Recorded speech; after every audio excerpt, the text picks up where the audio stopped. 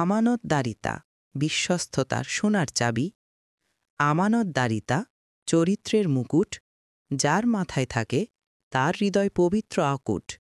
বলার আগে ভাবে, নেয়ার আগে মাপে, বিশ্বাসের ভার সে রাখে যত্নের আলাপে। আমানত মানে শুধু ধনদৌলত নয়, কথাও আমানত রাখতেই হয়। কারো গোপন কথা, কারো আশা আকাঙ্ক্ষা, বিশ্বাস ভেঙে দেয়া এ তো বড় ধ্বংসের দংশা। রাসূল সাল্লাল্লাহু আলাইহি ছিলেন আল আমিন, সবার আস্থা। শত্রুও রাখত জিনিস তার কাছে ভরসা বাঁধা। এটাই আমানতদারিতার পরম প্রমাণ। যে রাখে বিশ্বাস, সেই হয় মুমিন মহান।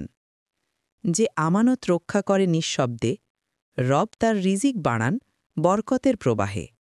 আর যে খেয়ানত করে, ভেঙে দেয় আস্থা, তার অন্তরে নামে অন্ধকারের ন্যস্তা। আমানতদারিতা সত্যিকারের মুমিনের পরিচয়। এটি ছাড়া চরিত্র হয় অসম্পূর্ণ, শূন্যময়। বিশ্বাস রক্ষা এ এক নীরব ইবাদত। এতে লুকিয়ে আছে রবের নিকটতার সুরভিত।